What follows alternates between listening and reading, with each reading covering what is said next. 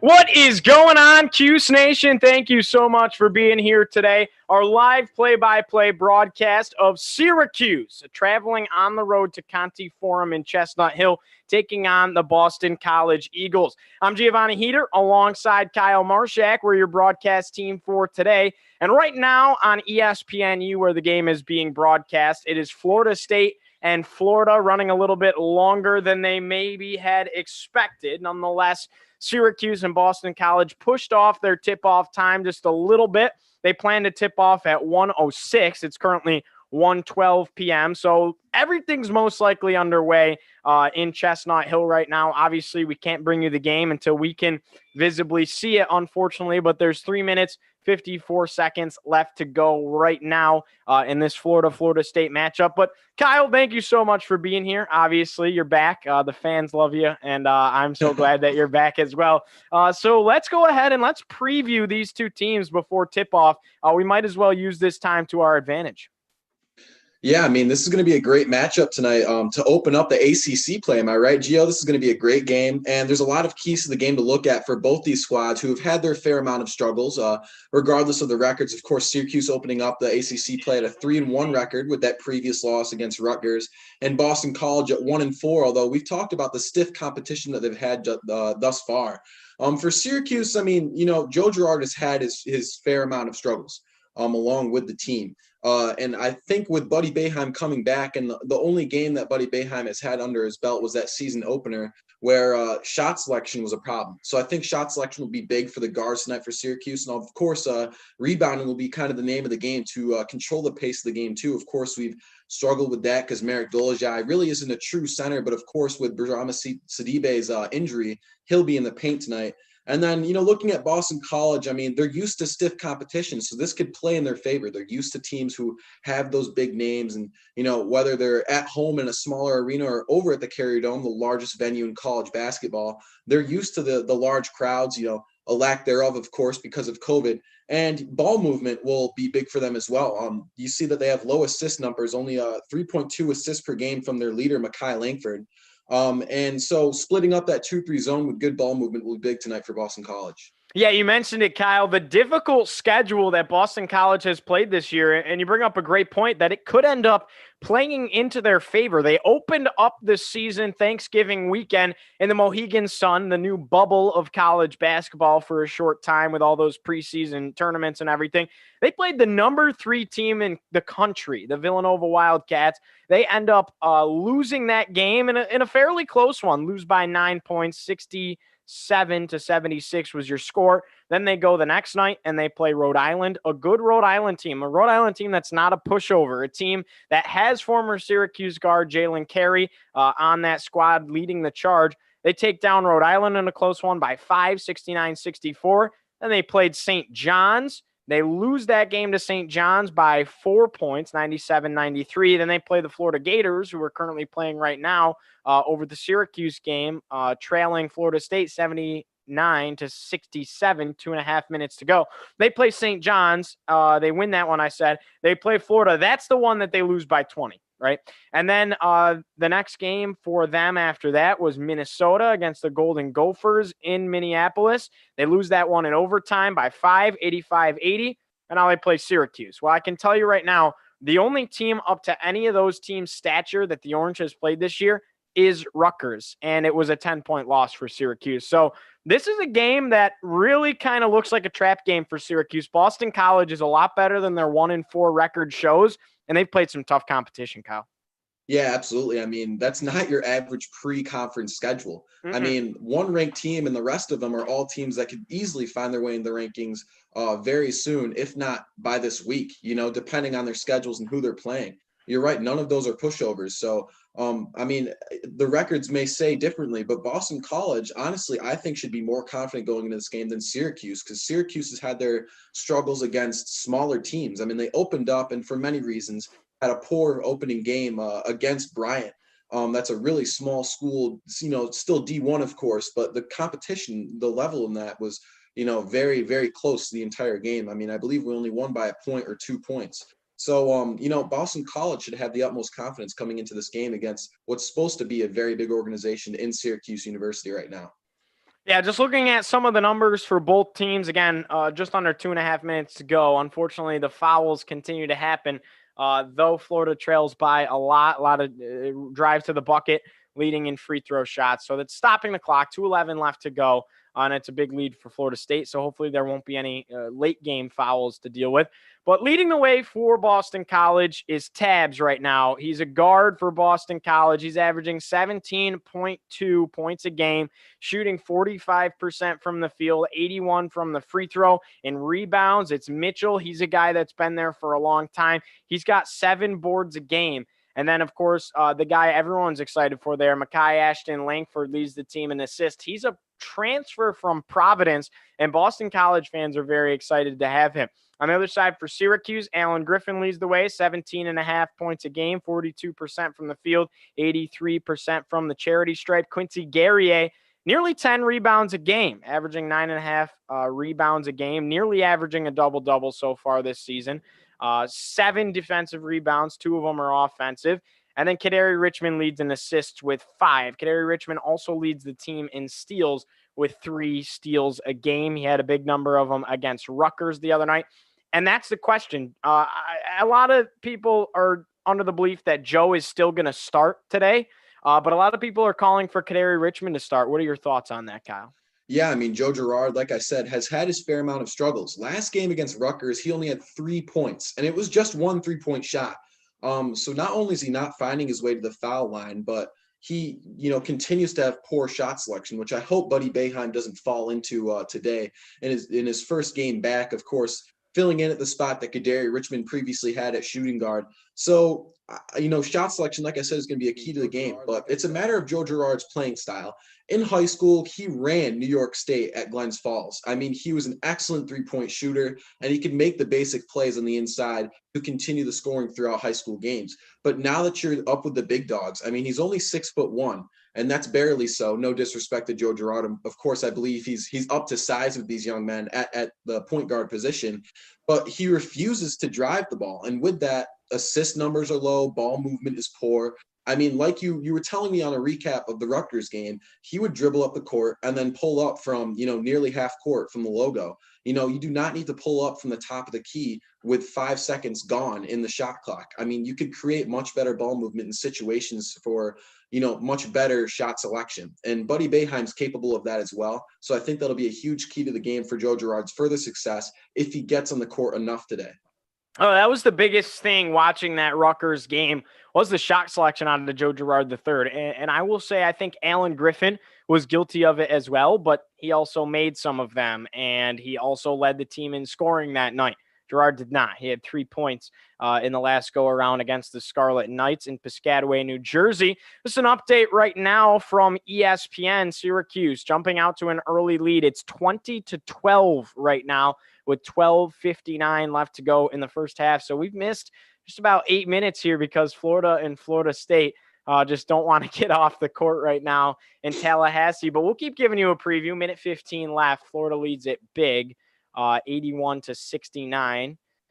Florida State leads it big, rather, I should say. And the clock continues to wind, about to go under a minute, Kyle. So what else can we touch upon on this Syracuse versus Boston College matchup? Syracuse without Brahma Sidibe. The big thing against Rutgers, they were out-rebounded by nearly doubled.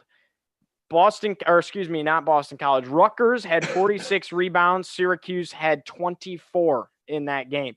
That's a huge margin, and that's a huge reason why Syracuse was bullied on the inside. And really, Dolezaj didn't stand much of a chance against Johnson and some of their other big centers down low. Yeah, I mean, Gio, living in Syracuse, I mean, you kind of see these narratives, these common themes in Boeheim's Syracuse Orange often. And one of those problems is a common narrative of weakness at the center position. You and I were speaking about it last night that honestly, one of the last strong big men we've had on the inside was Rakeem Christmas. And he was a great big man. I mean, one of the best in the country when we had him. He moved on to the G League, I believe, briefly. I mean, he was a solid big man. And ever since then, we just seem to not be able to pick up strong big men at that position. I mean, Marek Dolezaj is filling in for Barama Sidibe, who actually initially was a walk-on. That was another good story that we could touch on later. Of course, he's on scholarship now, but Marek Dolezaj isn't a true center. I mean, he could fill in possibly at power forward. He honestly looks more like a 3 to me than he does a 4. I mean, he's 6'8", but he's very frail. He's more of an athletic forward than he is a center, of course. And I'll repeat myself saying that all night. But that's the big thing is size at the center position. And he gets bullied in the paint well. And of course, you can't blame him. That's not really his position. But strength at the center position will be big for rebounding, which of course controls the pace of the game and the amount of possession in the game. And like you said, we almost got doubled out of rebounds last game against the Scarlet Knights. So that's been a huge struggle. As a matter of fact, I think Guerrier almost rebounds just as well, if not better than Marek Dolezaj. And he, as a matter of fact, is the same height, if not taller than Marek Dolezaj. So a lot of odd choices. Of course, Quincy Guerrier, more of an athletic forward. I mean, he's, I believe, 6'7" or so also not tall enough for the big man position. But Quincy Guerrier will help kind of with Dolezaj on the inside, being another bigger man on the team. So a lot of odd characteristics we'll see in this roster tonight with the missing of Barama Sidibe. Yeah, I'm wondering how much we're going to see out of Frank Anselm. He did not play against Rutgers. John Bolajak got a little bit of burn. John Bolajak is kind of that same problem we have when Pascal Chukwu and Barama Sidibe came in, right? I mean, he is, for lack of a better term, a twig down there. He does not have a lot of size to him. Though he's tall, he's very lanky, and he was bullied as well at the center position. 46 seconds left. It's a 10-point lead for Florida State, and they continue to call timeouts.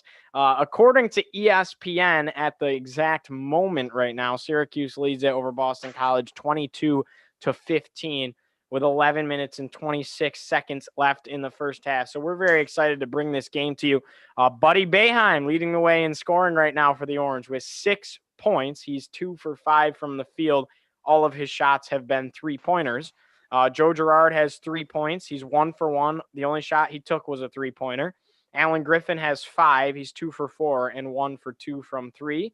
Dolezaj has 4 points, and he is 1 for 2 from the field. And Guerrier has 4 as well. He's 2 for 4. So right now, Syracuse looks like they're sharing the ball well. Girard already has 3 assists. Griffin has 2. And Quincy and Merrick each have 1. So really just waiting for this game here to come to a conclusion in Tallahassee. It's a 10-point ball game, but it looks like the Florida State Seminoles might have turned it over again. So we might end up seeing some fouls here if Florida keeps making buckets. 39 seconds left.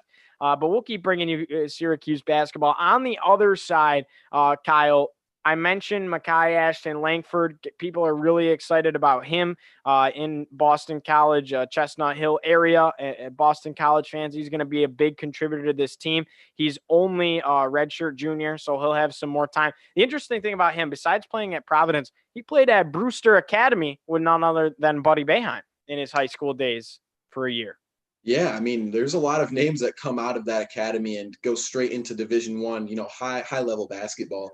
So a lot of big names really in the New York area, just in general, of basketball. So, I mean, it's honestly a whole subculture and hub of college and high school basketball. Like I said, I was talking about Joe Girard at Glens Falls. So it's honestly, it's very convenient that you and I live right here in Syracuse, to live and grow up in this culture of college basketball. The Orange Men, no matter whether or not they make it to the NIT or the NCAA, I mean, the lore that follows them is always so cultured. Of course, with Jim Boeheim, I mean, he's a historic coach. So it's always fun talking about college basketball and being able to call it with you. No, absolutely. Thank you again for being here today. Another guy to watch out for, I mentioned him. He's the leading scorer with 17.2 points, is Winston Tabbs, a junior guard, 6'2", 193 out of Maryland. He played his high school ball at St. Mary's Riken, another one of those prep schools that really puts out high-quality Division I basketball players. And Winston Tabbs, the thing about him, he's 6'2", and then Mekhi Ashton Langsford is 6'3". We can beat them at that guard spot with height. Buddy Boeheim's pushing 6'5". Gerard's the only shorter guard. Kadari Richmond is 6'5" as well. That's what Boeheim likes at the top of the zone is lengthy guards, and we have that to offer. The other thing to look out for today is I'm wondering how much we'll see Woody Newton. I mean, he played some quality minutes against Rutgers and has continued to do so throughout the season. So I'm excited to see how much they utilize Woody Newton. He can score the ball. He plays decent defense. And he's really pushing Boeheim's hand here saying, Coach, you got to get me on the court if I'm going to ball out like that. Yeah, I mean, Woody Newton, Kadari Richmond are going to be those guys off the bench. Obviously, Kadari Richmond will kind of play that six-man role because he'll be the first guy for sure to take minutes, especially if we see Joe Girard or Dolajai start to get in foul trouble. Kadari Richmond is big enough to play forward, so they can toss people around. And, of course, Kadari Richmond more of a shooting guard, so if Girard gets in trouble, they could toss Boeheim and him around. A lot of different situations that can play out because, Gio, for the first time in a while, we've noticed Syracuse has great depth at almost every position except center.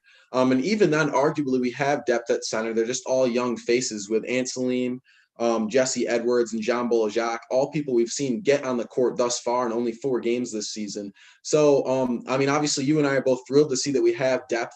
I can recall, just to fill in more time, I mean, only a few years ago in the round of 16 against Michigan State in the NCAA tournament, Syracuse had to put in a walk-on in some of the final minutes. I can't recall his name off the top.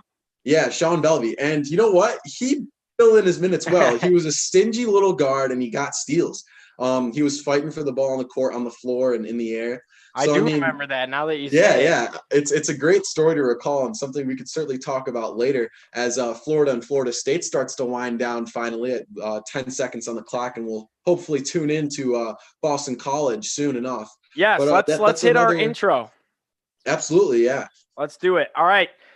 So, next up, it'll be Syracuse and Boston College. It's the first ACC matchup of the year, and it's coming up right here on Orange Heat. We'll see you in a minute.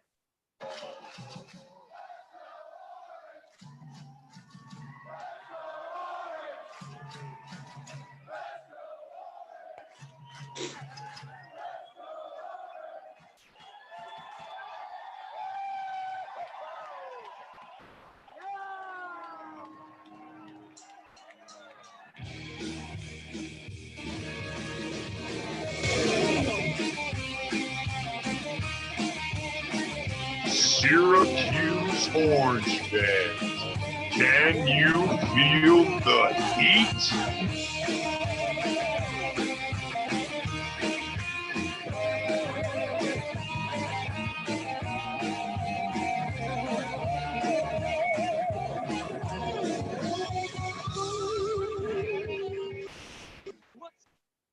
All right, welcome inside Conti Forum on the campus of Boston College. It's Syracuse and BC, the Orange and the Eagles going at it to start off ACC play in the year of 2020-2021. Now, we apologize for coming to you late.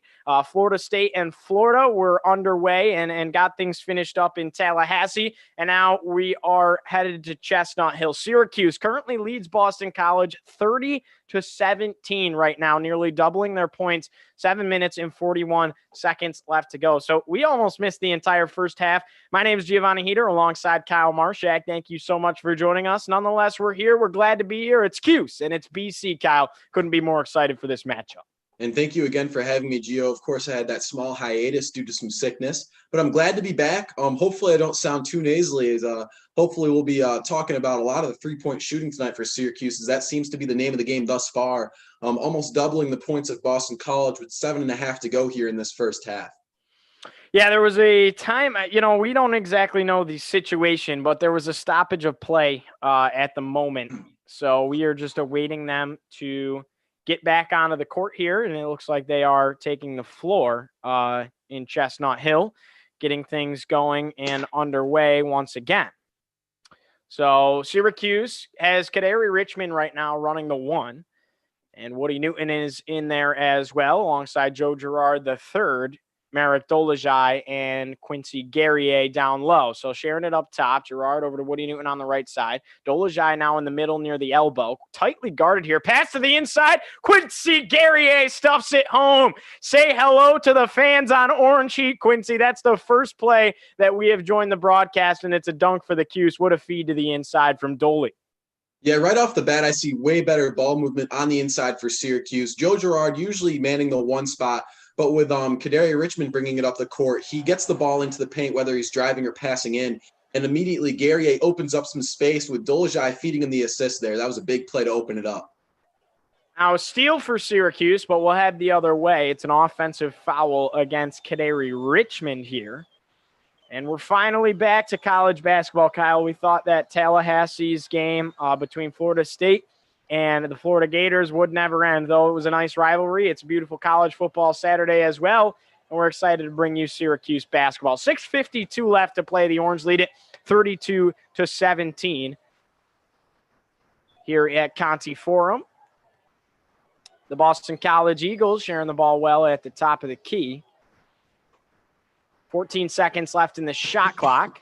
Syracuse zone has really been suffocating. They have not penetrated to the inside, really just passing it around at the top of the zone, trying to find a shot. Now a feed to the inside. Kick out here, left side corner. Three-pointer is up and off the mark. Tabbs was the one who sent it away. Winston Tabbs, their leading scorer, and he couldn't count the bucket. Now closing out on it is Tabbs for a steal, and going to the other end, Kadari Richmond swats it away. So a nice defensive play out of the freshman, and Tabbs had it momentarily. Boston College is going to keep this ball, but Kadari Richmond was not going to let him have an easy layup there, Marchak.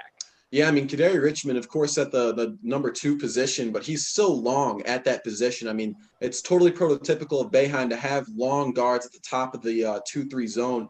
So he fits really well in this Syracuse squad, and that's just another example of his reach right there. I couldn't agree more. Now a 2-pointer is up and good for the Eagles. So they draw this thing a little bit closer. And who is it, Kyle? It's going to be their leading scorer, Tabbs, once again. Syracuse, 10 assists so far tonight, sharing the ball well. Boston College, only 9. And kind of Syracuse getting away from that hero ball. Another pass from Doley to Guerrier to the inside. And he thought he should have had an and one. Has his hands up on his head. Certainly should have. And it looks like he was fouled, whistle blew. So he'll get 2 free throws, but he knows he should have had an and one there. It was a situation where the guy kind of comes up over him. Tabbs is the guilty party, and he puts up the layup, but he couldn't get it to go. Yeah, Gary, really wishing that bucket would fall, but he's looked great thus far anyways on the inside. That's what I've noticed right off the bat. It seems that he's almost manning the center position, and maybe Merrick Dolezaj under at the 4 position. Quincy Guerrier, 9 points thus far and 4 for 6 in field goals. So obviously being on the inside, he's going to have a higher field goal percentage today. And he's looked very strong on the inside thus far.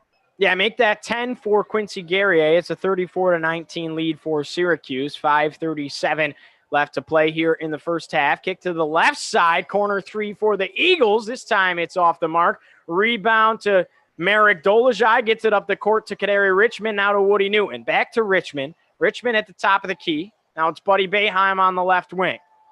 Pass to Dolezaj, who sets a screen. Now it's Guerrier on the interior, and he goes up, drawing the foul. It's going to go once again, that time against Winston Tabbs. That's his second in the last couple of minutes, and Guerrier is going to get another trip to the charity stripe.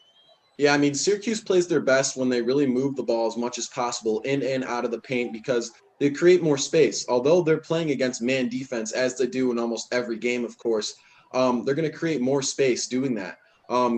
Just getting on the inside and creating more opportunities, especially with the way that Guerrier is playing thus far. I mean, he's not a center. He's only 6'7", so really the second tallest guy in the court behind Merrick Dolezaj at 6'8". But he's looked strong on the inside, and he kind of bodies the paint a lot better than we've seen Merrick Dolezaj thus far. So I'm not surprised to see Guerrier kind of playing more of that center position thus far. I think this is a good move by Boeheim.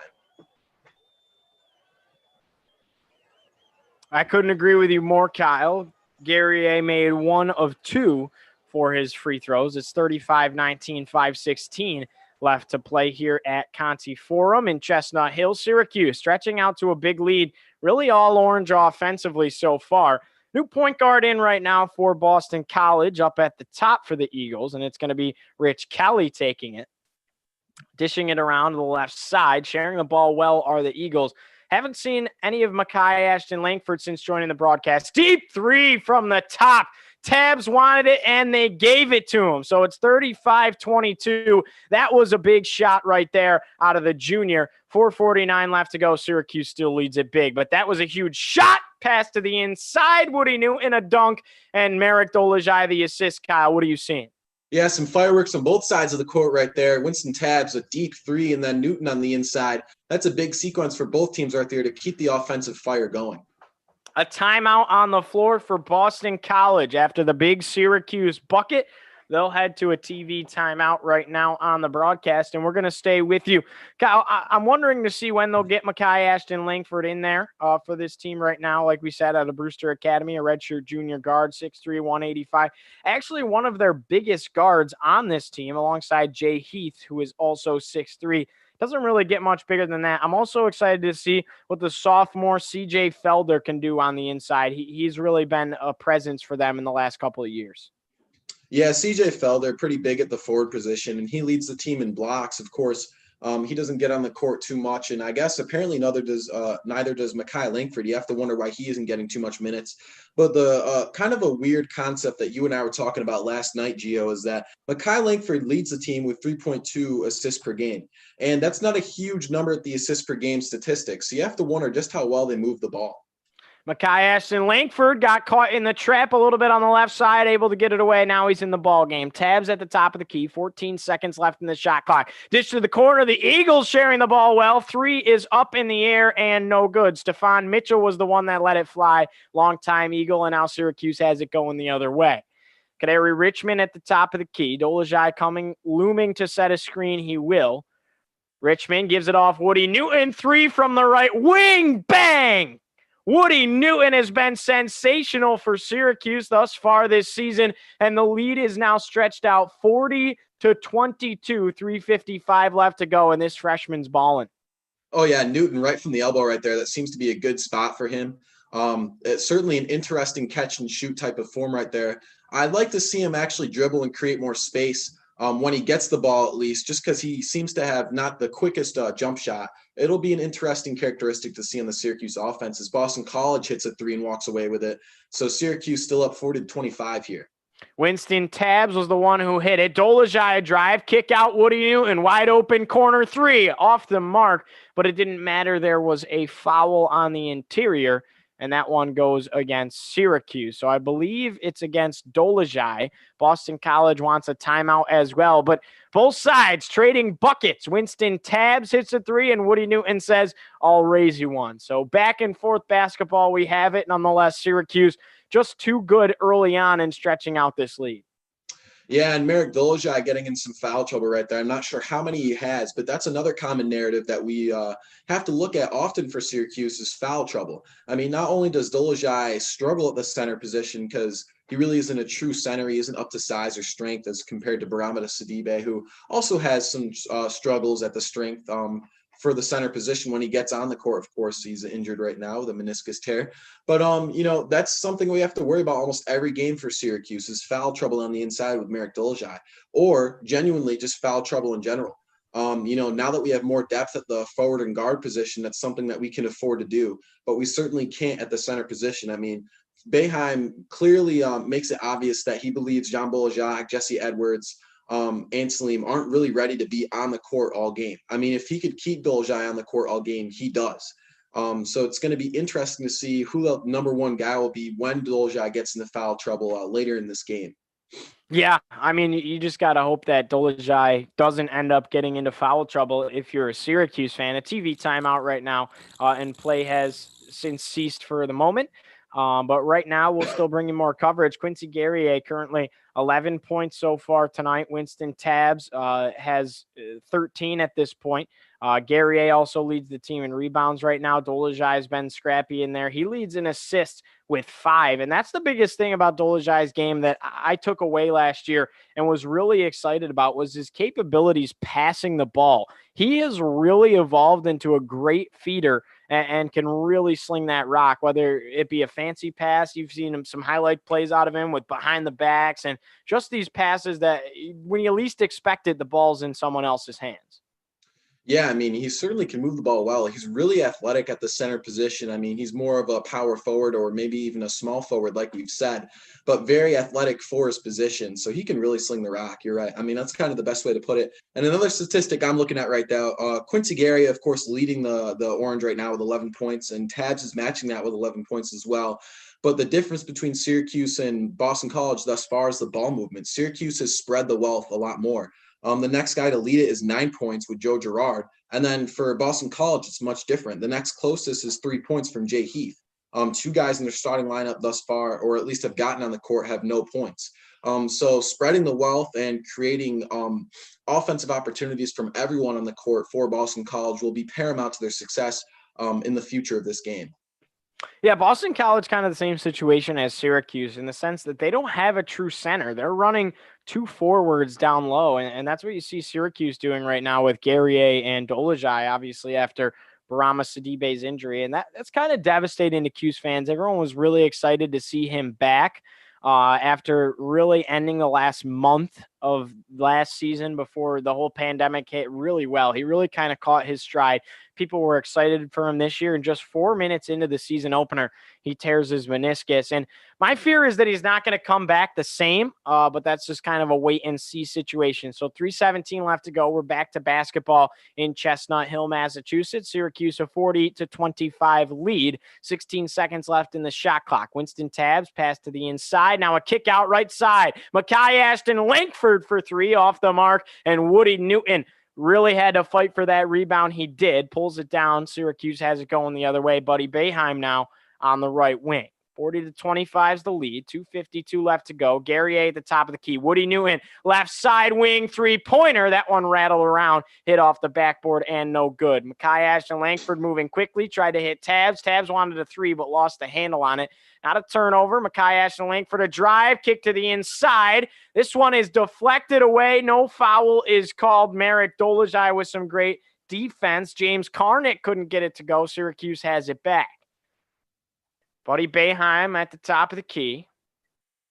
Trying to drive in. A deep 2-pointer faded away from the defender. That one was off the mark. Now Boston College moving quickly. Tabbs thought about a deep one. Now a dish to the inside. And this time getting it to go is number 33, James Carnick, the senior forward, standing at 6'9", 230. He's out of British Columbia as well, Kyle. So there's going to be a timeout on the floor for Syracuse as this lead has been crunched to within 13. 40-27, 2:07 left to go. What'd you see in that last handful of minutes there, Kyle? Well, like I said, obviously, ball movement will be big for both teams in this game. It'll be paramount to their future success. As Syracuse throwback game is shown against Boston College a while ago. So, these teams have a really storied history against each other. But like I said, ball movement will be important. And Carnick on the inside, of course, like you said, they lack kind of big centers. And Carnick at 6'9", 230 is really big at the forward position. Seems like a true power forward, small forward. And just a good layup right there. But Carnick is really big at that position, something I've noticed. I mean, he has great reach, and of course, he's 230 pounds. That's massive. So it's interesting to see the dynamic of a guy who possibly moves like a center, but is only at 6'9".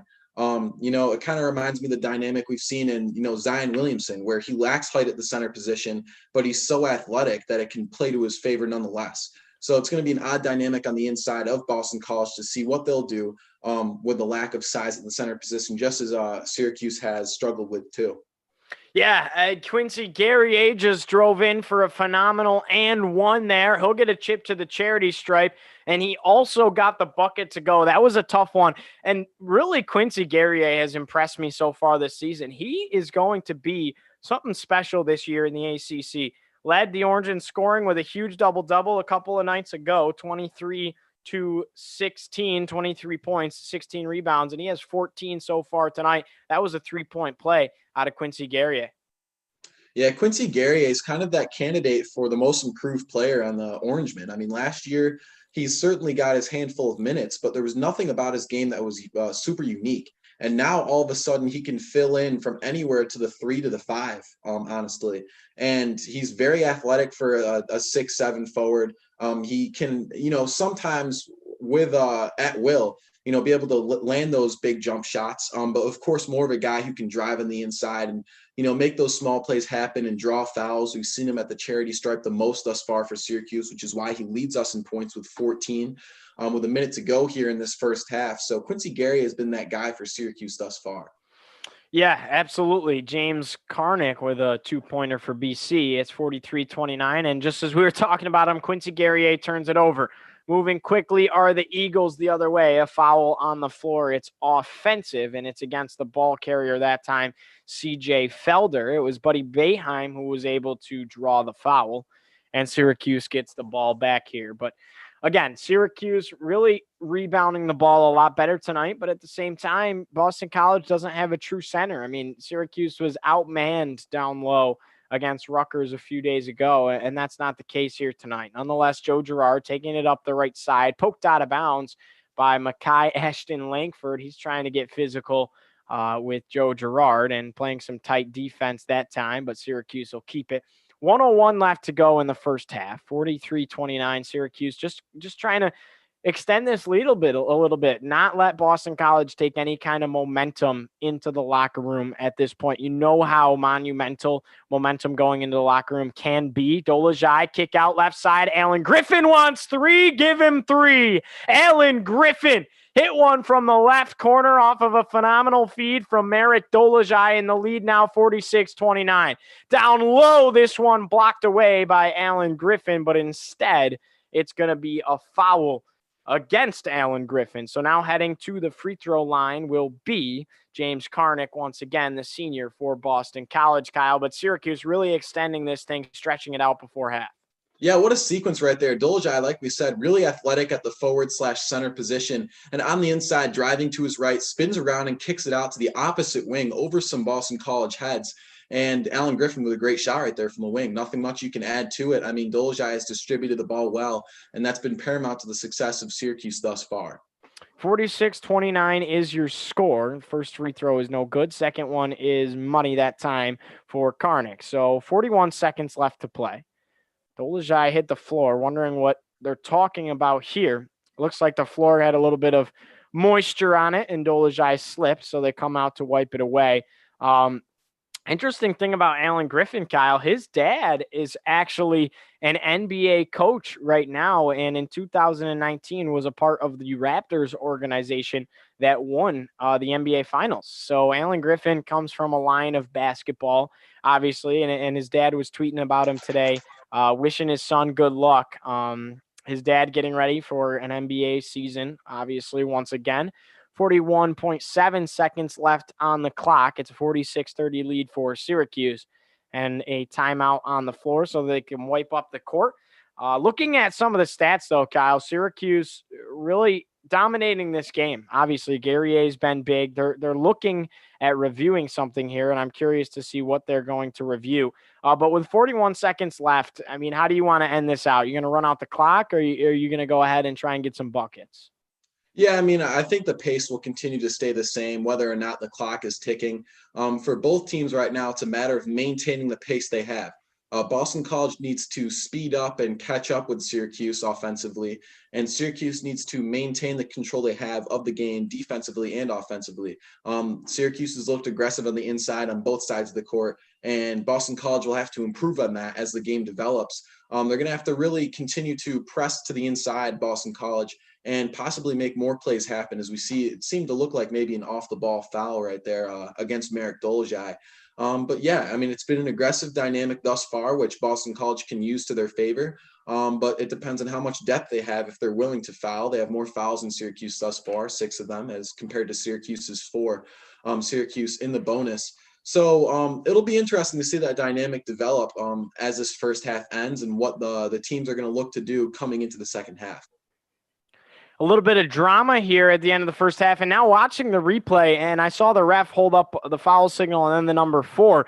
This one's going to go against Makai Ashton Langford, and I believe they're looking to see whether it's a flagrant or not. I mean, he really sticks his shoulder out there to get in Dolezaj's way. Dolezaj does a good job of selling it. He hits the deck pretty quickly there. But I believe they're looking to see if it's a flagrant or just a regular personal foul here, Kyle. What do you think this is? Twitter's going nuts. People don't love what Makai Ashton Langford did right there. I mean, he really purposefully got in the way. It's pretty evident that he sticks his shoulder and his leg out. What do you think? It does look like they're going to definitely give him a foul. My curiousness is to see if it's a flagrant. Yeah, I mean that's a smart pickup right there, Gio. It is a flagrant. It seems like it's a flagrant, right there. So that's an odd dynamic that I didn't expect. Honestly, looking back at it, I can see now possibly how that was a flagrant. Ashton Langford kind of sticking out his limbs there to intentionally hinder the direction of Merrick Dolezaj. It's just something you don't need to see in this game, especially with Boston College being down by 18 right now, 48-30.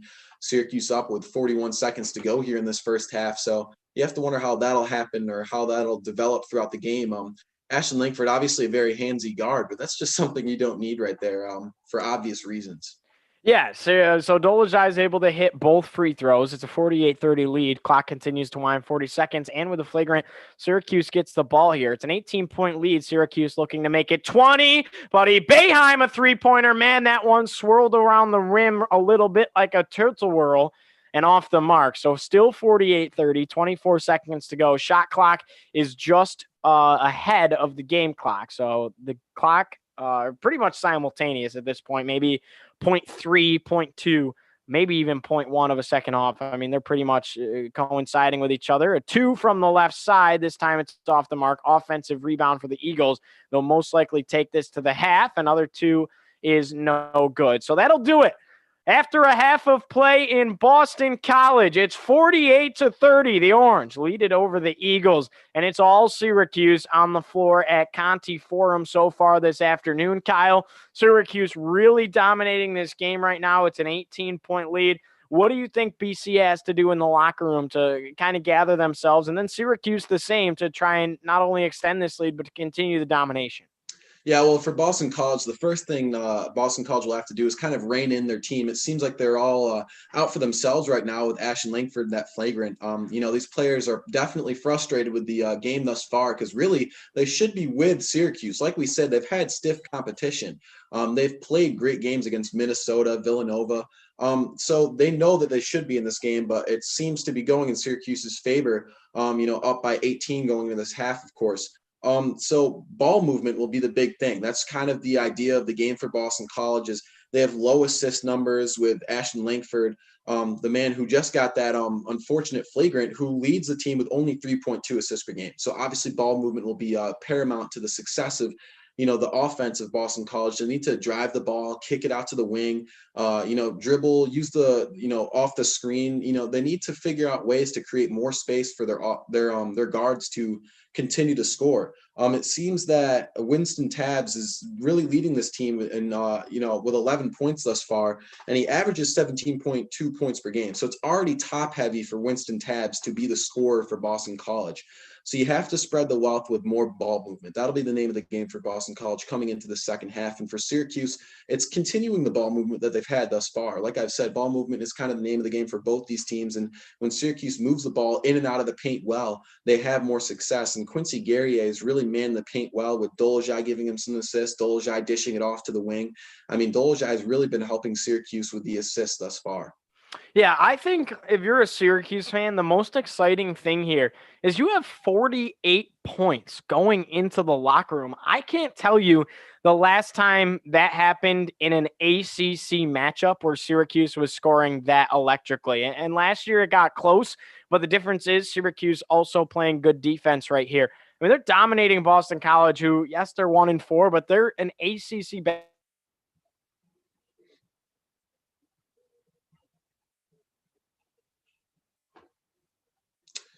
I apologize, Joe. It seems like the audio is cutting out for me. It might be a connection issue.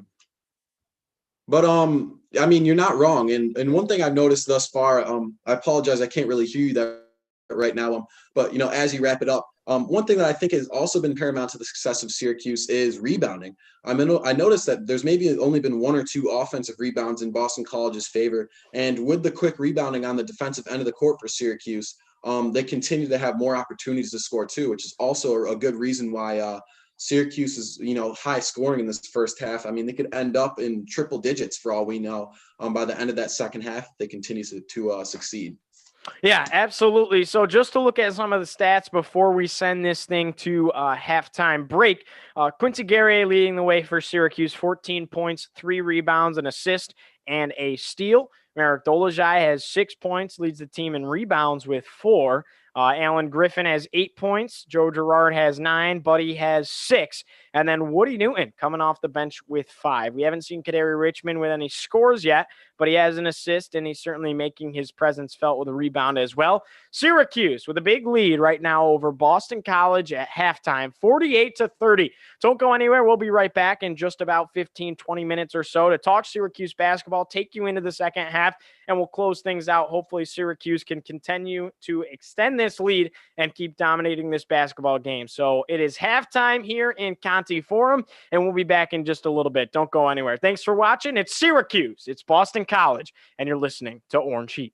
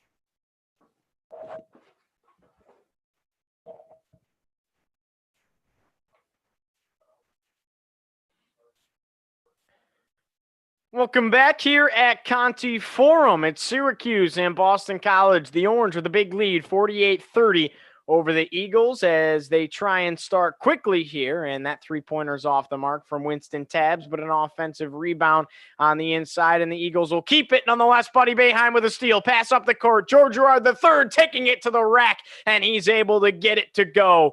Buddy Boeheim to Joe Girard. It's 50-30. Syracuse extends this lead to a 20-point ball game. I'm Giovanni Heater alongside Kyle Marchak, and thank you so much for joining us here today for some ACC hoops. Yeah, Joe Girard's work on the inside comes in very small bunches, so it's a good note to start the half on, is to see him getting some work on the inside. I really don't see him hitting layups that much. Of course, he's more of a three-point shooter. So, it's good to see that play in Syracuse's favor as Boeheim with a small foul right there. It seems he might have accidentally clipped Rich Kelly with an elbow right there. Good to see him just shaking up and not taking off the court there. Yeah, I will address. I usually don't address the chat, but I will.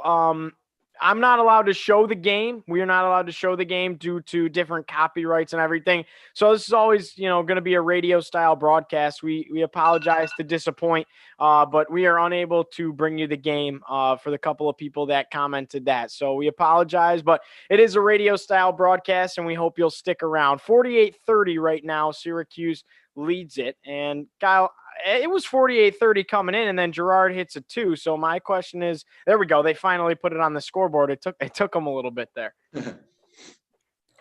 So it's 50-30, 19-13 left to go, 20 seconds in the shot clock, and the Boston College Eagles have it on the other end of the court. Kick out here. Three-pointer is up and off the front rim and out, but an offensive rebound on the left wing. BC moving it quickly. Another three-pointer. This one can't get it to go again. Offensive rebound on the interior. Syracuse now kind of getting bullied on the inside a little bit with a big man finally in there, and it's James Karnick who keeps getting these rebounds for BC. Guerrier pulls it down, and back-to-back three-pointers shot up by Rich Kelly, but he couldn't get one to go. Pass to the inside. Dolezaj an easy 2, and Syracuse extends it. It's 22-point lead, 18:35 left to go, Kyle. Yeah, it's good to see that Syracuse's offense is still rolling, but they cannot afford to let Boston College offensively rebound. That was a sequence of 3 straight offensive rebounds, and when Syracuse can't rebound and control the ball on the inside, whether it's from the defensive or offensive side, the possession time shifts into Boston College's favor for obvious reasons.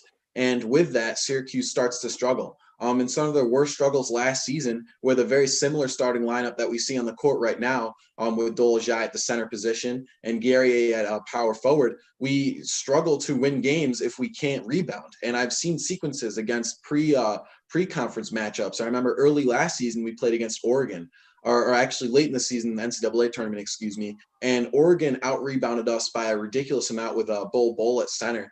And we just struggled offensively and defensively. We just couldn't get anything strung together.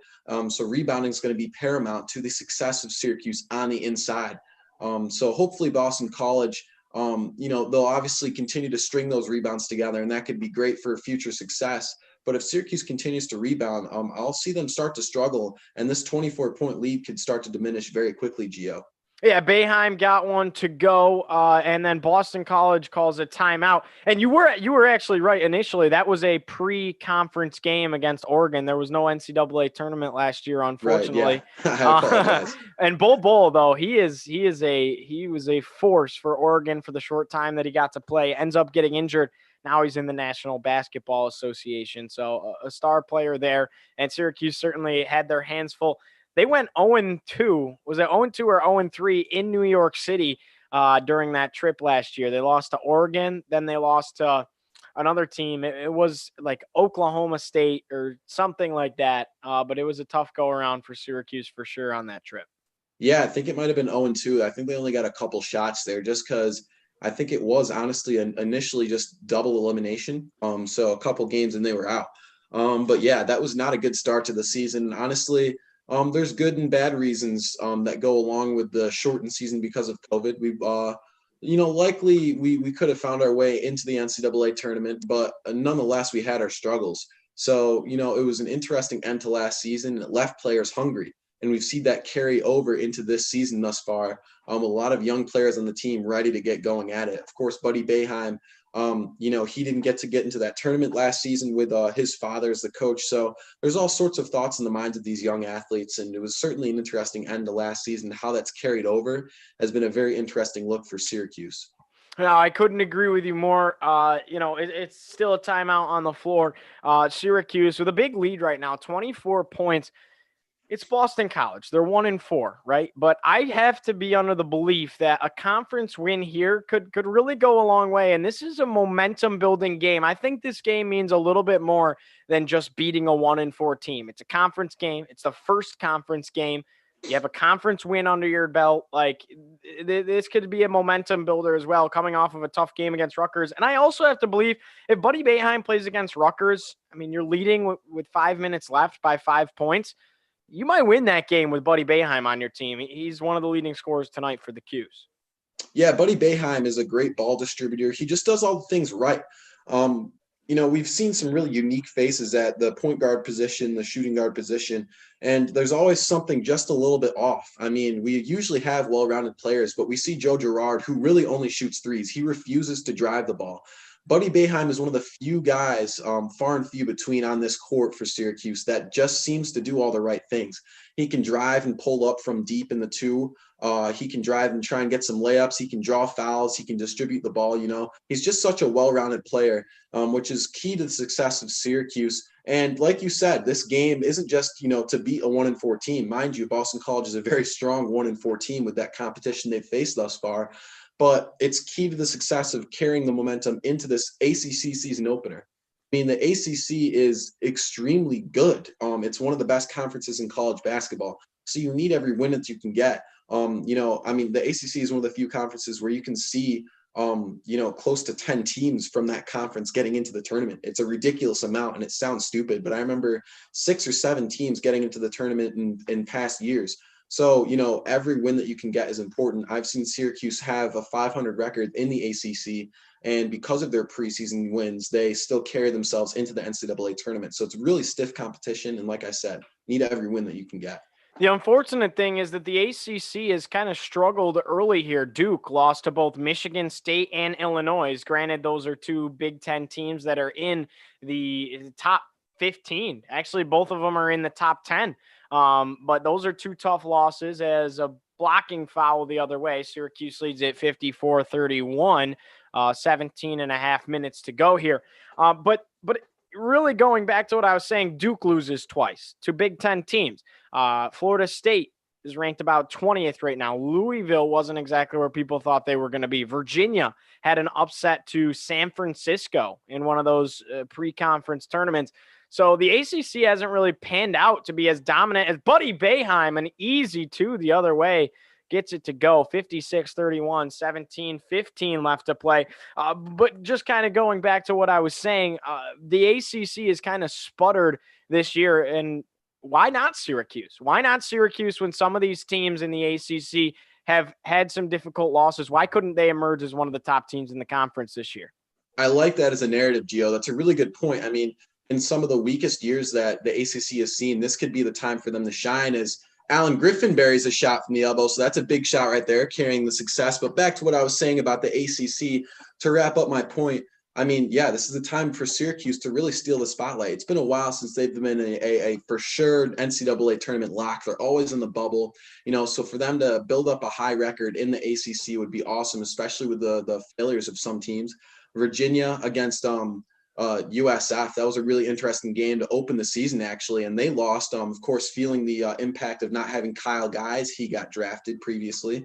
So, all sorts of different dynamics playing into the failures and successes of different teams in the ACC. And we could see the power kind of shift in the ACC. I really like that narrative, Gio. Yeah, so the score right now is 58-33, and that's some great analysis, Kyle. As always, 16-19 left to play. Dolezaj is taking a trip to the free throw line. He's got 8 points, 5 rebounds, and 7 assists tonight. He's working towards a triple-double. If he can get some more assists and a couple more rebounds, I mean, that would be an incredible performance out of Dole. He gets the first free throw to go. Now he's at 9 points, 59-33. Second free throw for Dole is up and nothing but net. So give him 10 points. drawing close to that triple-double. I'll be curious to see if that ends up playing out here. A couple of buckets went both ways while we were chatting. It's a big lead for Syracuse, growing to nearly 30 at 27 right now. Top of the key. Now driving this time, and a kick out here. Winston Tabbs has kind of been the go-to guy so far, and we talked about that as he gets another bucket to fall. It's 60-35. BC draws it a little bit closer, 25-point game. Guerrier gives it off top of the key, Gerard. Gerard calling for a screen. Syracuse kind of moving slow, just chewing a little bit of clock here. Dolezaj, top of the key, back to Joe. And we haven't seen Gerard take any bad shots, which has been nice to see.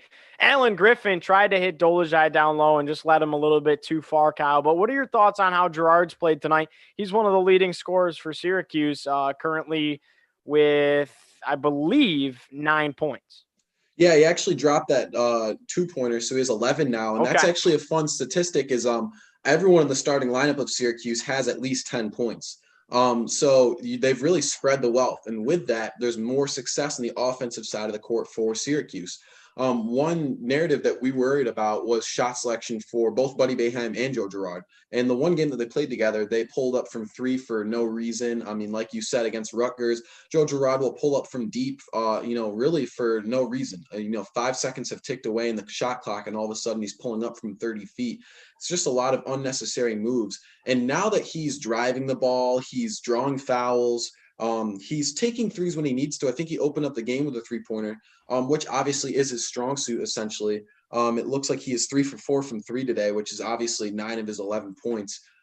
He's just creating more opportunities. And with that, he has at least 3 to 4 assists right now, And Merrick Dolezaj, of course, leading the way with 7 assists. So they've spread the wealth well. Kyle, I wouldn't normally interrupt your broadcast, but I will say that right now, because of your mom putting us out there, calling us the dream team, we're going a little bit viral on Facebook. Just a little bit. So maybe we'll gain some views. So thank you to Mrs. Marchak for putting our names out there. Much appreciated. Hey, I'll tell her you said so. She calls us the dream team, which is certainly flattering. Again, we just doing what we love, chasing the dreams, and we love doing it together. So back to basketball. Syracuse, a timeout on the floor, a big lead for the Orange. And really things are out of hand here simply for Boston College. It would take a lot to claw themselves back into this game. But if you're BC and you're trying to come back from a 25-point deficit, how are you attacking this? Well, I would essentially try and replicate what Syracuse has done so far, which is spreading the wealth.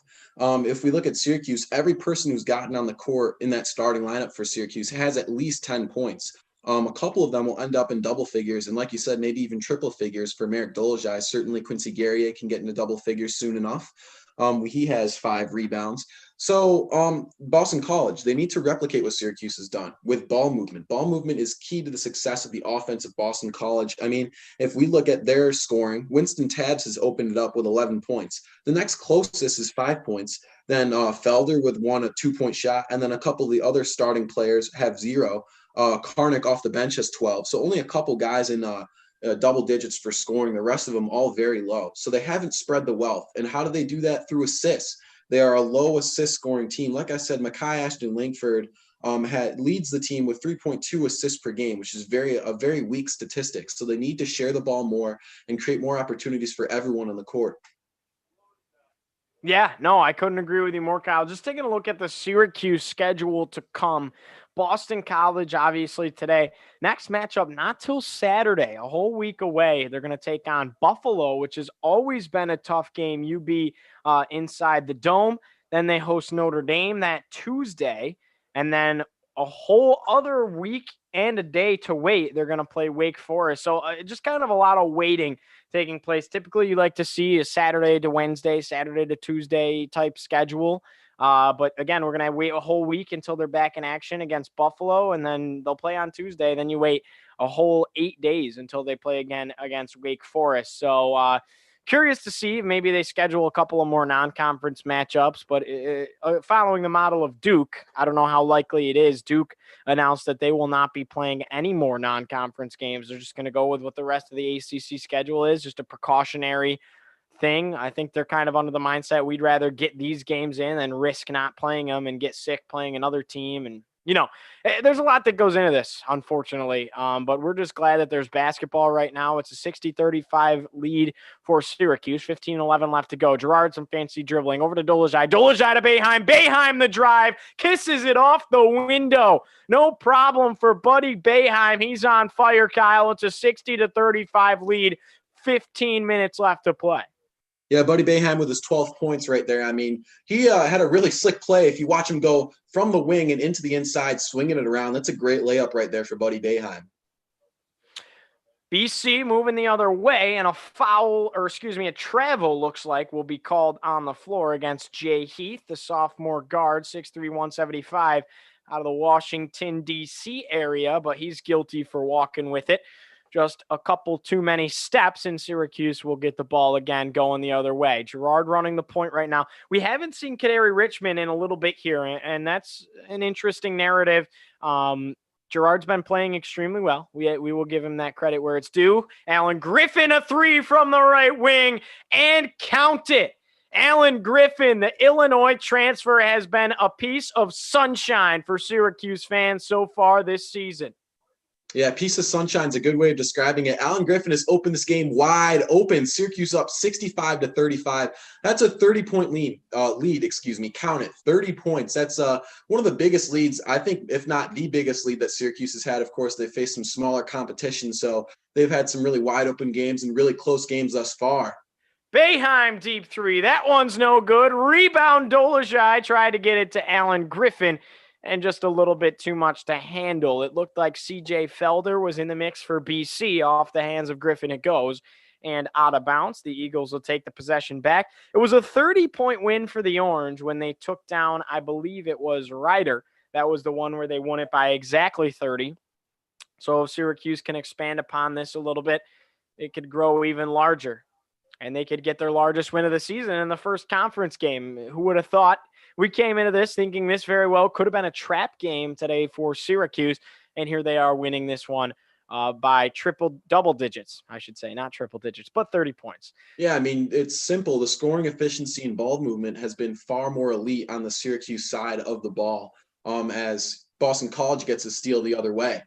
C.J. Felder tried to slam home an alley-oop that time off the hands of Stefan, but couldn't get it to go. Just a little bit too much on it from Stefan Mitchell, 6'8" forward, 220-pounder out of Minnesota. And C.J. Felder didn't really have a good shot at that one. It's going to be a turnover against BC. Syracuse taking it back, going down the court. Actually, Felder got a hand on it. That wasn't a bad alley-oop. He just couldn't really get a full palm on it, and Alan Griffin has it at the top of the key. 30-point lead for the Orange. Alan Griffin pull up from the free throw line. That one is just too short.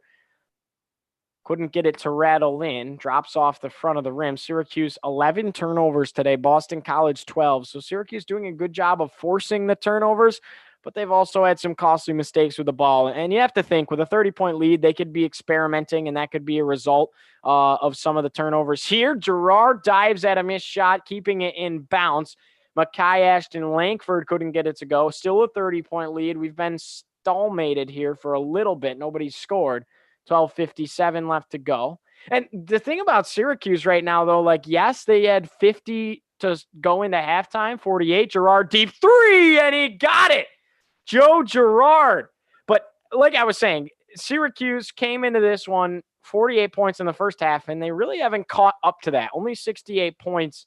There's still 12 minutes to go, but we saw this. They sputtered a little bit in the early second half against Ryder. If they want to really extend this lead, even though they're winning by 30, you'd like to see them hit probably 80 today. Yeah, I mean, that would be a high-scoring enough game for them. I mean, we look at Boston College, who scores 75.8 points per game, and of course, they are not likely to hit that mark. So, this was supposed to possibly be a high-scoring matchup, except, Syracuse kind of plays off of their 2-3 zone, right? Their 2-3 zone dictates the pace of the game, and with the 2-3 zone, games tend to be a little bit slower. So Syracuse is usually a lower-scoring team because they rely on their defense to control the pace of the game, right? So it's certainly interesting to see them, going into half with almost 50 points, which means they're due for almost triple digits. Of course, it seems they've slowed down a little bit since then. Boston College has come out and hindered the offensive output of Syracuse just a little bit. But Syracuse, of course, still controlling the pace of this game well here in the second half with about 12 minutes to go. So it's certainly an interesting characteristic to see Syracuse coming out with high scoring numbers. And it'll certainly be weird to see how that develops as this game ends. Pretty much 3/4 of it done thus far. Yeah, as we were talking there, a big three from the corner wide open out of Alan Griffin, the Illinois transfer. Back-to-back triples for the Orange. Joe Girard banged one in, and then Alan Griffin struck again. So back-to-back threes for Syracuse. Timeout on the floor, Boston College, and it is all Orange on the court at Conti Forum in Chestnut Hill, Massachusetts. So Kyle, tell me this: when you're looking at this team for Syracuse, really we haven't seen a ton of Kadary Richmond here. Is this kind of a sign that maybe, even though he's good, we're A-okay with Girard? Like Syracuse fans kind of calling for Girard to sit after a poor performance against Rutgers. Obviously, this is a kid that's going to use this as fuel. People are saying things like he's a D3 player, he's a junior college player, he doesn't belong in D1, everything like that. I've always been a big Joe fan, especially going into this year. I expected him to kind of take that same leap that Buddy did from year 1 to year 2. Now, I don't know how evidence that's been yet, but I think Joe is really proving Syracuse fans that he's up to the task today. What do you think? Oh, yeah. I mean, well, the wealth in the court has been spread well, but it's certainly a highlight to see Joe Girard almost leading the team in points. Of course, Alan Griffin with 16, Kutsigaria and Girard both with 14. But it's good to see. I mean, first off, Joe Girard's usually a 3-point shooter, and he has been thus far. He's 4 for 5 tonight. So that's 12 guaranteed points. And of course, he has 1 bucket from the inside, hitting that layup earlier. But I noticed that whenever he tries to drive the ball, he creates more opportunities for his teammates. At the point guard position, it's not your job to score. It's your job to spread the wealth. You can score yourself, of course. He's a great 3-point shooter, and he's done that thus far tonight. But when he spreads the wealth, the team has better success. And he's done that tonight. He has more assists than usual with 5. And that doesn't seem like a major statistic, but for him it is. He's more of a scoring guard. And for him to spread the wealth is kind of paramount to the offensive output of Syracuse. And, like I said, everyone's been spreading the wealth. So it's just kind of a meshed chemistry on Syracuse that's just worked well tonight. And honestly, the inconsistencies of how they run their offense has been apparent. Obviously, last game against Rutgers, Joe Girard still relied on his 3-point shot, but it wasn't there. And he ended up leaving with only 3 points. So you have to be able to make plays on the inside. And I'm looking for him to drive the ball more and create more opportunities on the inside in order to continue to have success, from both the inside and outside of the 3-point line. Yeah, Kyle, I couldn't agree with you more. Richmond, really scoreless for Syracuse tonight. I think that's a number that jumps out. 71-35 is the lead for the Orange. 11:56 left to go. Boston College has it. Makai Ashton Langford currently handling the ball for the Eagles. A couple of new faces in right now for BC at the moment. Jay Heath being one of them. Pass to the inside. This one is blocked away, but a foul is called. So it looks like this gets confusing, certainly. There are 2 Langfords on this team. There's Makai Ashton Langford, then there's DeMar Langford Jr. There is no relation. And DeMar Langford Jr., a freshman guard, 6'5", out of Worcester, Massachusetts. He's going to have a trip to the charity stripe. And his first one is off the rim, no good. Still 71-35 for Syracuse. And actually, I heard that there's no relation, but they're both out of Brewster Academy and the same hometown, so there almost has to be relation. Let's consult Google. I heard on a couple of podcasts that there's not relation, but I'm going to Google that. That's certainly interesting. And with college basketball in the area, there's all sorts of names that sound similar. There's actually if I'm looking at it correctly, there's an Alan Griffin with an E. That's the assistant coach for Jim Boeheim, one of the assistant coaches, and then of course Alan Griffin, who's had plenty of success on the court for Syracuse thus far. As it seems, Jean-Paul Jacques has made his way onto the court now with a huge lead. And it's good to see some of the other centers getting some time on the court for Syracuse. Yeah, huge lead here. This time it's a turnover for Syracuse. Still a 71-36 lead.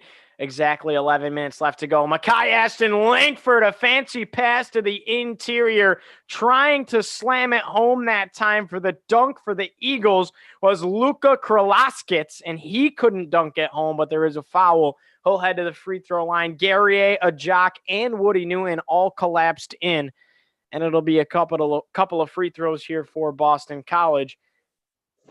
And coming up tomorrow will be women's basketball taking on Boston College. Syracuse women's basketball ranked 20th in the country right now. They're certainly having a great season, undefeated so far, led by Tiana Mangakahia, who is a cancer survivor, an inspirational story for Syracuse, and one of the best players in the country. I mean, before her situation came, she was NBA draft bound, or WNBA, I should say, draft bound. And everything gets in the way. But she's back. She's better than ever. And she's playing really good basketball. Better than, from everything I've read, better than was expected after not playing all of last season. She's really playing some phenomenal ball, leading the way for the Syracuse women's squad. Girard, a deep three from the Boston College logo. Now, we love when he makes those. We don't love when he misses them, but we'll take it right now with a 74-37 lead. Joey G showing off his deep range. Yeah, you have to wonder what Boeheim's thinking right there, if he's fine with those shots, because, I mean, that was deep. That's 25-plus right there. That's Steph Curry range threes. It seems that he really doesn't care just how deep the college three-point arc is, because he shoots well beyond it all the time. Look at that. Gary hands the ball off to him from the top of the key, and he pulls up from nearly 30 feet. I mean, that kid has a hell of a three-point shot. He's 6 of 7 in field goals tonight. He's only missed one shot, and that's his 17th point of the night. Previously with 14, and he only had 1 point on the inside, or 2 points on the inside with one bucket. The rest have been three-point shots, which is totally characteristic of him. Like I said, I'd like to see him drive more, but when you're feeling that comfortable, man, that's a heat check right there. Yeah, this is an interesting lineup in here for Syracuse as they turn it over, but a Boston College foot is on the line. This time it's against Langford, not Makai Ashton Langford. We're going to look it up again. I'm unable to find results on it, but we're going to get back to it, see if these guys are actually brothers or cousins or whatever or not. But they're from the same hometown, went to the same high school, and they both have the last name Langford. So it's a high possibility. Joe Girard has it at the top. Interesting lineup in for Syracuse. It's Girard, Woody Newton, Braswell, Kaderi Richmond, and John Bola-Jacques. So that time, Woody Newton unable to get a drive to go, and Makai Ashton Langford has it going the other way. He'll drive. He'll let a floater go from the ACC logo. That time, no good. Pulled down by Robert Braswell. He fought for that rebound, taking it coast to coast, pulling it away across the arc. Now, Joe Girard, deep three from half court, and he missed everything, Kyle. I mean, that's a really odd dynamic. And just to catch back up with the story we were chasing earlier, I believe they're actually siblings. So kind of what we suspected. I looked up, Makai Ashton Langford is actually the older brother of DeMar Langford Jr. It seems possibly just different last names, or, with the hyphen, of course, Ashton Langford as opposed to just Langford. Possibly just some different parental situations, but for all I know, they are related, and they do certainly look alike, and they're both very athletic at their positions, both guards, if I'm not mistaken. So not surprising to see that they're related, but they didn't make it obvious that they were. So I was definitely just as confused as you were. Yeah, I didn't really catch it. And like I said, the podcast I listened to said that there was no relation specifically. So one would believe that. But nonetheless, they're siblings. That's pretty cool. And I mean, it becomes obvious. A nice take to the inside here for Boston College. That time getting it to go once again was Luka Kralotskits. And it's a 74-39 lead for Syracuse with just under 9 minutes to play. Woody Newton taking it at the top. Sorry, go ahead, Kyle. No, you're all right. Yeah. But as there's a foul on the court, or a timeout, excuse me. Yeah, there's all sorts of different stories to follow for both teams. As I looked that up, of course, the Langfords are related. And another thing that I noticed is that DeMar Langford actually played AAU basketball with his current teammate, Justin Vanderbaan, who's a big man on the roster. So all sorts of different stories to follow. Just as Syracuse, you see a lot of people who, played against each other in AAU or played with each other high school basketball, whether it's up north of the border or down here in New York State.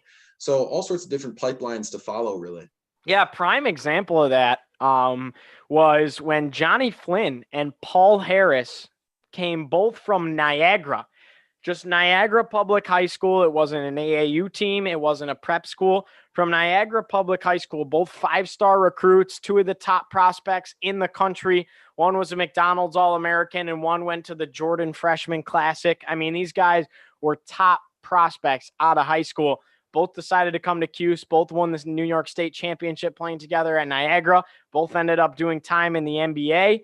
Both historic basketball players for Syracuse, and they were on the same high school team. So just kind of those storylines are interesting how they play out in high school basketball. Three-pointer here from the top of the key off the mark for BC.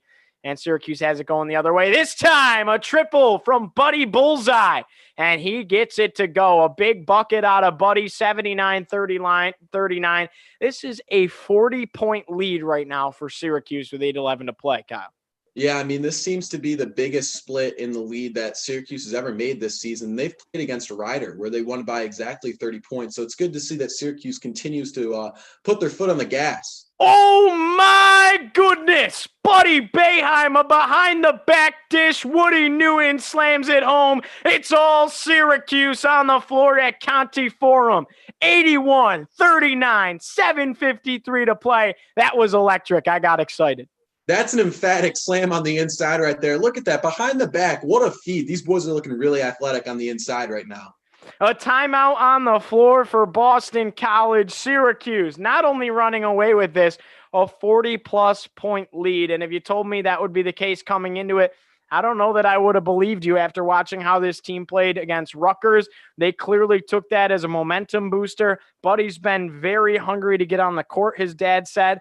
And this is an exciting basketball team. Watching this team play today makes me think that they can make a run in the ACC this year and be one of the top teams in the Atlantic Coast Conference. Yeah, and then you could argue that it really doesn't matter because it's just Boston College who will end up 1-5 after this game. But you have to remember, Boston College has faced great competition. They lost an OT against Minnesota, which is a solid non-ranked squad. They kept it very close, I believe, by you said only 9 points against the third-ranked Villanova. Yep. So they have stiff competition. They've played well against almost all of their opponents. So, you could argue that because of the weakness of Boston College that this lead doesn't mean much, but really it's apparent that Buddy Boeheim can really spread the wealth on Syracuse throughout the entire ACC season. Yeah, just to throw it out there, if you didn't already, go check it out on Orange Heat.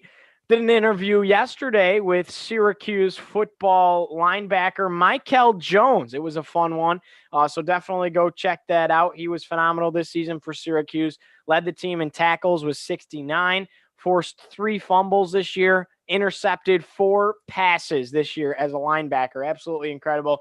He's a guy that could end up playing downs in the NFL. And then later tonight, over on Kyle's channel, that's the Small Talk podcast. Look it up on YouTube. We're going to be calling in some boxing tonight. It's an event down in Vegas at MGM Resort, and it's a big one. We're going to be calling 4 fights. It's the main card tonight. Kyle, why don't you tell them a little bit about it during the rest of this timeout? Yeah, thank you, Gio. And, first off, thank you for joining me tonight. I'm really looking forward to that. Of course, it's the first live stream for my YouTube account on Small Talk Podcast, something that I made with some buddies of mine who all have similar interests. Of course, we're really interested in pop culture, music, and stuff like that. But of course, we never stray away from sports play-by-play, of course, Gio. And Shakur Stevenson versus Toka Khan Clary tonight. It's going to be a huge boxing match. I'm calling the main card with Gio. And I've always looked forward to calling some fights. There's a pipeline of fighting culture in my family specifically. And of course, you have some relations to Jim Andrello and the team Andrello from around the Syracuse area. So kickboxing, boxing, MMA, all that stuff, it has a deep pipeline and culture here in Syracuse. And, what's not to like about the boxing fights tonight? I mean, we're calling a non-pay-per-view card, but of course, Anthony Joshua versus Kolbak Pulev, a heavyweight bout tonight. And of course, the UFC hosting a big fight with Tony Ferguson and Charles Oliveira at the co-main event. And then Brandon Moreno fighting for that belt against Stevenson Figueiredo. So a lot of great fights tonight. Thank you, Gio. Yeah, of course. Thank you. Again, thank you so much for the opportunity to join you. Kyle's taking the lead tonight. I had to do a lot of homework to prepare for some analytical talk of boxing. Not necessarily my area of expertise, but we've really done our homework, and I'm super excited to do it tonight. Nonetheless, we're back to basketball. Syracuse, an 81-39 lead, 7.5 minutes to go. Again, you can check that out tonight. Alan Griffin, deep 3, top of the key. This one's off the back rim and out. And we'll get a stoppage of play. Frank Anselm in the game for Syracuse alongside Woody Newton, Robert Braswell, Alan Griffin, and Kaderi Richmond. So an interesting young lineup. But back to what I was saying, 10 p.m. tonight over on the Small Talk podcast Go check it out. We also put it on our Twitters and Instagram and everything like that, so you'll be able to find it. The Small Talk Podcast, we're calling the main card tonight for boxing. So that's going to be 10 p.m. to get things going. 81-39 is the lead for Syracuse, 7.5 minutes to play. Alan Griffin with it on the left wing. And Sellum came to set a screen. Now a kick out. Woody Newton, corner 3 off the rim, no good. And going the other way with it is Langford, up to his brother Makai Ashton Langford, driving in. That's a fancy layup. Just rolled off the ring. Frank Anselm with the rebound. Kadari Richmond running the point, taking it up the floor. Richmond a drive to the bucket. No problem kissing it off the glass. How about this freshman, Marchak? Yeah, I mean, these boys have been rolling up and down the court with pace, and with these new faces on the court, it's all fresh legs for Syracuse right now. So there's kind of an upbeat pace to the offense of Syracuse, going up and down the court quickly. They're not afraid to get shots off. A nice 2-pointer here is good for Boston College. And a bucket that time by none other than the big man down low, James Karnick. And Syracuse tagging it the other way. Kadari Richmond left wing. Feed to the top, Frank Anselm. Gives it back to Richmond. Makai Ashton Langford reaches out. And a meaningless slam. It'll take this game just 2 points closer, but it's still an 83-43, 40-point advantage for Syracuse. Ashton Langford, back-to-back steals. He doesn't want to quit on this game. Now possessing the ball at the top is Jay Heath. This three-pointer is up, no good. Rebound, Alan Griffin. 5:57 left to go. It's a 40-point lead for the Orange. Griffin. Yeah, Makai Ashton Langford reminds me a lot of a young Kadari Richmond who hasn't seen too much of the court tonight. Just because, he's an athletic guard. He's kind of tall for his position at 6'3", kind of really an average size for a guard, but, good length at the top of the key at defense. And, obviously for Syracuse, that's much more meaningful, a 6'5" guard, Kadari Richmond, who has good length for that 2-3 zone, but Langford also very handsy on defense too. So that's good to see that he's still not giving up on this game. And, that type of mentality will help Boston College through this ACC season, as unfortunately it seems they'll open up with a losing record. Steal here, Kadari Richmond. Braswell for 3. This one missed everything. That's an air ball, and if there were fans at the BC Arena, normally seats 8,500 at Conti Forum, they'd probably be chanting air ball, but it would be not for much because it's still a 40-point lead for Syracuse. Braswell just got a little too excited with the ball. You'd like to see him set his feet, be a little more patient with that shot. He kind of realized he was open and let it fly. Nonetheless, BC has it going the other way. Syracuse 83-43, 5:12 left to play. Yeah, I mean, that one you just have to relax a little bit more. Of course, a younger face is Syracuse gets a steal the other way. Alan Griffin with it, a dish to the inside. Kadari Richmond off the glass and in. It's a 42-point lead. The Orange continue to grow it. 4:54 left to go. Kick out here. Jay Heath on the drive, tightly guarded by Robert Braswell. Now back out to the top, feed to the inside. Langford out to Jay Heath, corner 3 off the rim. Trying to come in and dunk it home was James Karnick, but it's a rebound going the other way. Woody Newton gets the deuce to fall. Wanted the foul, didn't get it. Syracuse leads at 85-43, 4:29 left to go.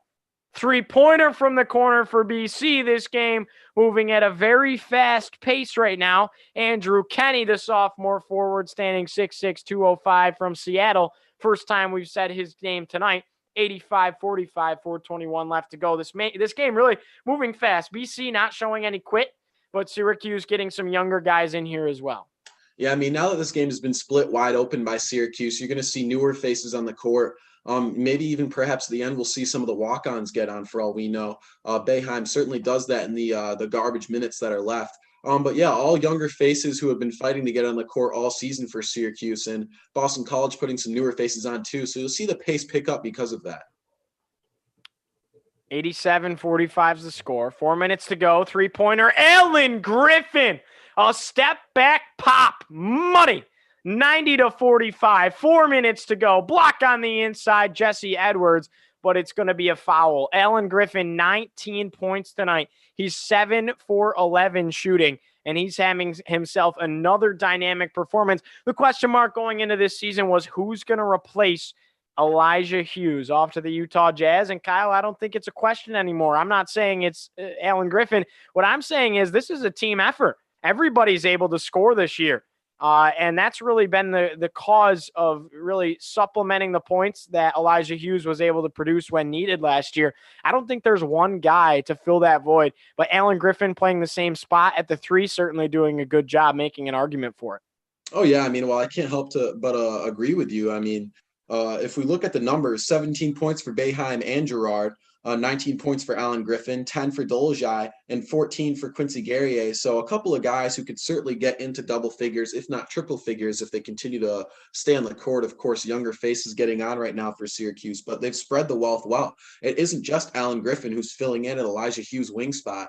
Everyone's scoring now that Boeheim seemed to teach these young men to distribute the ball more. So a lot more success offensively for Syracuse, at least for this game. And it's good to see that everyone's spreading the wealth.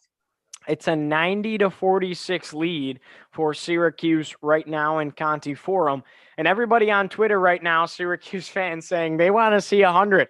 4 minutes to go, 10 points away from triple figures. What are your thoughts on that? Can Syracuse get there? And will Jim Boeheim kind of pull the brakes a little bit, or is he going to keep the gas going? With 4 minutes, I think these next couple minutes will be the time to make it to 100, and then they'll put their foot on the gas. Hopefully it doesn't turn scrappy soon, because this has gotten really ugly for Boston College. But, we have Jesse Edwards on the inside and, a lot of more offensively minded players in the court. So I think we'll touch 100. It's just a matter of when now. It could be right at the last bucket of the game. But, with Kadary Richmond coming on and off the court, Robert Braswell has no points yet, but he's kind of due. So there's all sorts of different faces on the court that could make that happen. So it'll be interesting just to see who does it, not when. Syracuse nearly leading this game by 50. Currently, the lead right now is 44. It's a 90-46 lead for Syracuse. Can you imagine if they win this game by 50 points in the conference opener? That's mind-boggling.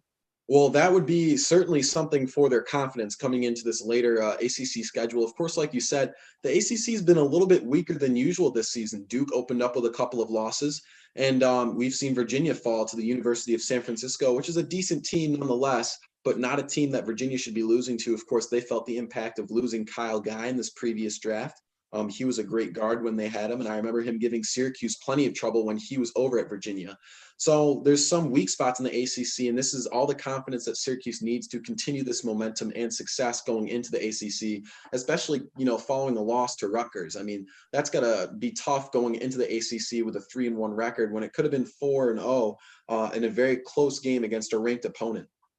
Mekhi Ashton Langford, his first free throw is good, so it's a 90-47 lead for Syracuse. 3:58 left to go. Second one is up and off the mark. Rebound Alan Griffin. One more point for Woody Newton would put 6 Syracuse players in double figures tonight. This is the most points this season that Syracuse has scored. They had 87 against Rider, 3:44 left to play.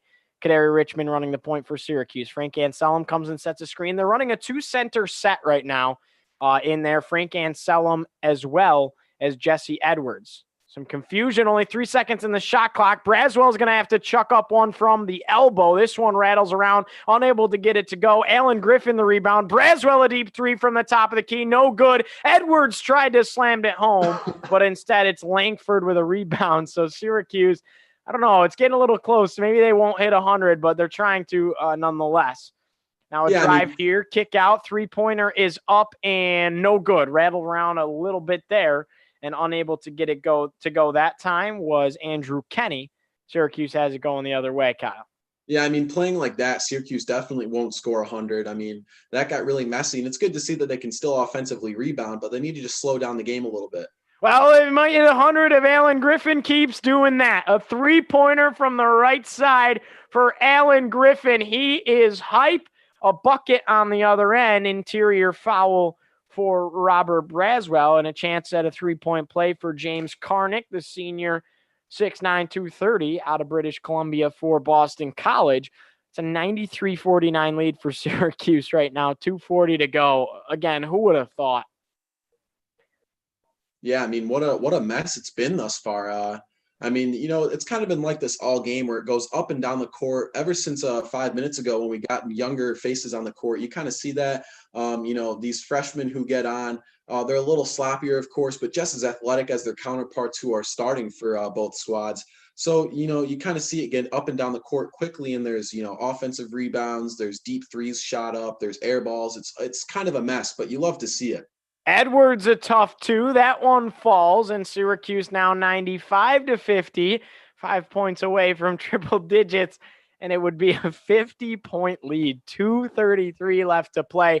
Edwards, that's an and one. He's going to take a trip to the charity stripe as well, try and make it a 4 points away from triple figures and make it a 96 points for Syracuse. Rattled around for a second. Edwards' free throw is good. That was a good bucket by Jesse Edwards. Really showed poise. Got a difficult one to go, highly contested on the inside, and he was just able to go up over the defender and get it to fall, as well as get a trip to the free throw line.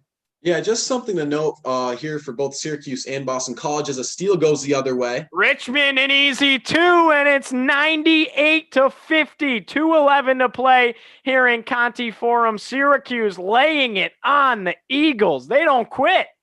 Yeah, and I mean, look at that big defensive play on the other side too. It's been scrappy all night, but foul called on the other side. But back to what I was saying, something to note is Jesse Edwards on the court, pretty much the only 7-footer on Syracuse, 6'11", and then the 7-footer, for Boston College on the court. So two of the bigger men, both freshmen for both squads. But that's something you see often in college basketball is, at such a young age, these young men are almost 7 feet tall. It's hard for them to have good body awareness and body control. So it usually takes a while for them to earn starts and get on the court early. I mean, you even see it with guys who were, sons of NBA legends like Bol. His father, Manute Bol, was 7'6", one of the tallest NBA players of all time, and he's 7'3". In his first years or first games with Oregon, he actually was very injury prone and he didn't get a ton of starts, but then he got his minutes and he earned his way into the NBA. So it's certainly an interesting narrative to see with all these taller, bigger young men, No, yeah, great points you bring up there. A little bit of drama. Mekhi Ashton and Ashton Langford hits both of his free throws. Then Syracuse actually turns it over on the inbound. So BC has it 2 minutes to go. 98-52 is the score. 23 seconds left in the shot clock. Ashton Langford at the top. Kick out. Left side. Three-pointer. That one falls. It was a nice bucket for Rich Kelly, the graduate senior. He's 6'1", 175. He's played all night from Shelton, Connecticut. Jesse Edwards couldn't get the bucket to go. That would have made it 100 points for Syracuse. Rebound on the other end. And now moving up the court with it is Rich Kelly. 2-point try. This one is money for Andrew Kenny. And now Syracuse 98-57 is the lead. It's almost back to a 40-point game just like that. Alan Griffin chasing the ball down the court. He thought about a three. Langford tightly guarding him. The younger of the two Langford brothers. Langford tips it away from Alan Griffin. It was tipped, went over the line. Griffin gets it back. Kadary Richmond, top of the key. 10 seconds left in the shot clock. Griffin on the drive. Dribble behind his back. Lost it. A minute left to go. BC moving the other way. Now a quick two for Langford and one foul. Syracuse really just kind of fell apart in the last couple of minutes. BC with a 10-point swing here. And they have this game back within 40. It's a 39-point advantage now for Syracuse. Yeah, no quit in this Boston College squad. They've kept most of their starters on, as a matter of fact, which is really interesting to see. You'd like to see them get younger faces on to get the burn on them. But Syracuse, all younger faces, and the narrative is, can they get to 100 points? They have a 2-point shot to go with a minute left. Kadary Richmond deep three, and Syracuse has hit triple figures. 101-60 with just under a minute left to go. Kadary Richmond finally found the lid off the bucket. Let it a three fly, and it was money. Three-pointer deep for BC at the top of the key. That one's off the mark for James Karnick. And now going the other way, Syracuse. 40 seconds left to go. 101 points. Yeah. Absolutely incredible. BC went on a little bit of a run. It'll still be a 41-point win for Syracuse. 15 seconds left in the shot clock, 27 seconds on the game clock. So BC is going to get another chance at the possession here. Griffin just dribbling out the rest of this shot clock. 5 seconds left to go. Deep three, Alan Griffin nearly got it to fall. Braswell couldn't make the rebound. So with 13 seconds, BC has it going the other way. Three-pointer from the corner. This one is money. So 6 seconds left. Syracuse won't win it by 40 now, a 38-point game. 101-63. 4, 3, 2, 1. And that does it in Conti Forum. Syracuse wins it over Boston College 101-63. Absolutely incredible. Nobody thought it could happen. Kyle, how did the Orange do it? Well, I mean, the Orange is kind of a goal-oriented team, and to see them hit triple digits is big for their mentals. I mean, going into this ACC season with that huge ACC opener against Boston College, it's a huge win and awesome for their confidence going into a tough conference play. Obviously, it doesn't matter what the schedule looks like for Syracuse. It's going to be tough. I mean, no matter how poor Duke has played, it's still Duke. And you still have plenty of other teams who are ranked, like Florida State, who just beat Florida. They're 20th in the country. There's plenty of competition that they have to worry about. So to start it off against a team who has held their own against other great ranked teams like Villanova, they only lost by 9 earlier this season. Boston College, I'm speaking about. For them to be able to totally, open this game up is awesome, and especially to spread the wealth. Spreading the wealth was the name of the game tonight. Even guys like Joe Girard, who are usually more ball heavy and, on the ball type of point guards, they still spread the wealth. Buddy Boeheim spread the wealth. Merrick Dolezaj, of course, led the team in assists at the 4 and 5 position tonight. So, spreading the wealth and getting the ball distributed from the inside and, kicking out to the wing, getting smarter shot selection was kind of the name of the game for Syracuse tonight. And it's really good to see their success in the offensive end of the court really continue through, some portions of the Rutgers game and well through this Boston College game. No, Kyle, I couldn't agree with you more. A huge win for Syracuse here tonight. We'll wrap things up by taking a look at some of the stats right now. So leading the charge for Syracuse tonight, nobody even hit 20 points today, and Syracuse put 101 points up on the board.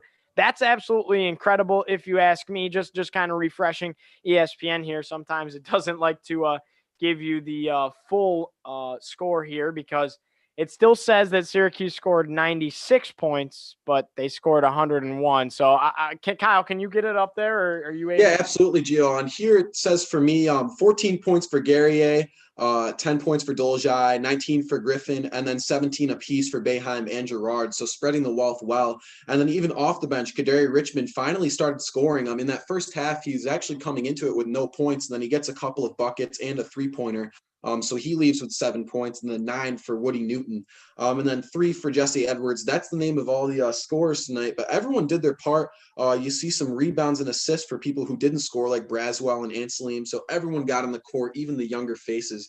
And like you said, it's extremely impressive that none of them scored 20 points, despite the team scoring 101 total. One, you rarely see them break into triple digits, and 2, you usually see more of a top-heavy squad where our point guard and shooting guard, really take it off with the points. And Girard has had his past struggles, but to see him as one of the leading scorers, and still with 5 assists at the end of the game is awesome. He's had his struggles. Last game against Rutgers, he only scored 3 points with 1 3-point shot, and today he just shot well from the arc, and he still had 1 layup in the inside, which I've held on to really tightly because I'd like to see him drive more. But nonetheless, a lot of bright spots in the Syracuse offense.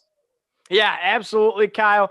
That's a perfect way to end it off here today. I think Syracuse played explosive. I think this is really not only a resume-building win, because it's an ACC conference win. You couldn't lose this game. I thought it was a little bit of a trap game going in. Syracuse really impressed me today. Played really well both offensively and played really well defensively. This Syracuse team proved to me today that they can possibly contend in the top tier of the teams in the Atlantic Coast Conference. So conference play is officially underway here for the Syracuse men's basketball team.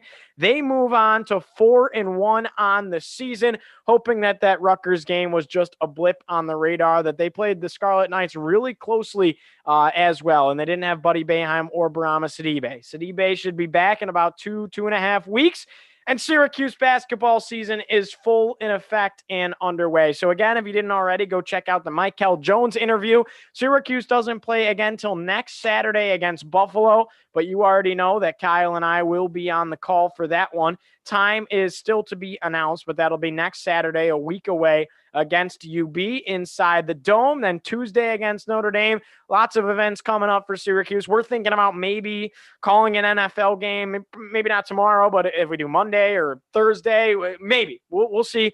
We got to talk about it, but we might be on here again, so just stay tuned for that. Tonight, go ahead and check out Kyle's page. That's going to be the Small Talk Podcast on YouTube. We're calling some boxing tonight, and we're very excited to do so. The big fight at MGM Grand in Las Vegas.